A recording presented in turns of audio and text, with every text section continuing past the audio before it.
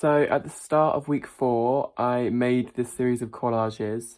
Really, I was just reflecting on all the work I've done recently in the style of like Rachel Whiteread's collage style, where she uses her own work and works back into it, like in collage.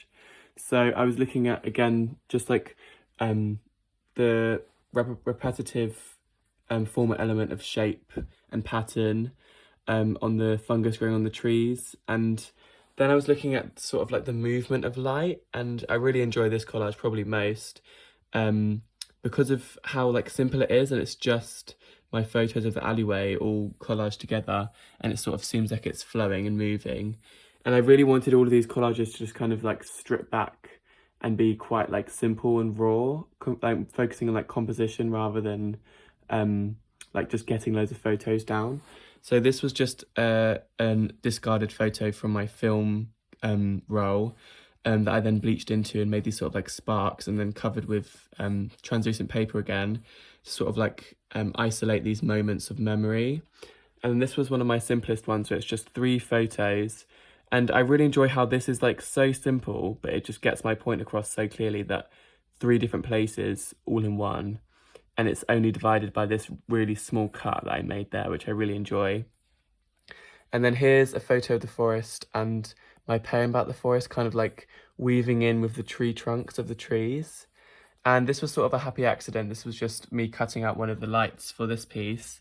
And then one of my photos sat behind it. And I really enjoy this weird shadowy effect that this another discarded film photo looks like, and how it kind of like isolates in the same sort of circular structure as before, this little duck. But I mean, this isn't as relevant as my other collages. So and then this is where I started to look at Margaret Barron's work, and I photocopied all of my, or not all of them, my favourites from my bleach experiments, and I just printed them out quite a small scale and moved them into the alleyway space.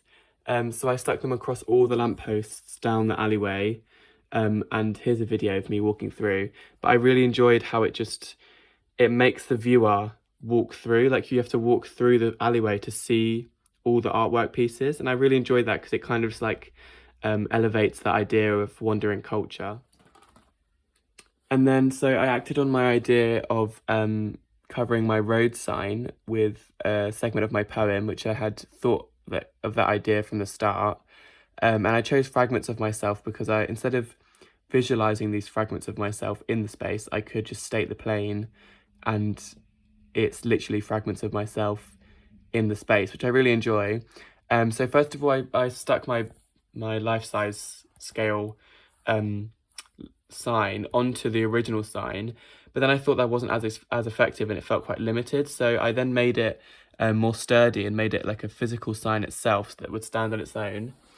And I moved it back next to the original sign, and I quite enjoy how it's like right behind it, and it's like, kind of like, I don't know, it just creates a weird like surrealist illusion, which I really enjoy. And then I began to move it through different places. So I moved into the forest, and I really, really enjoy these photos, and I made a short film of it as well, because they just feel so out of place, and it feels like it's like wrongfully named, and it's like just, yeah, it just feels very wrong, and I quite enjoy that. And then I moved into the alleyway, and I find the alleyway a little less successful as the forest and the road sign places, because it just didn't really sit right, and it doesn't really look as surreal as I'd hoped it would. Maybe if I had taken these photos in the alleyway at nighttime when the orange lights were glowing on it, it would have been different. And I think that's what I'm going to focus on from now on. Whenever I use the alleyway, I'm going to plan to like document my work there in the dark when the street lights are on, because that's what makes the alleyway so special.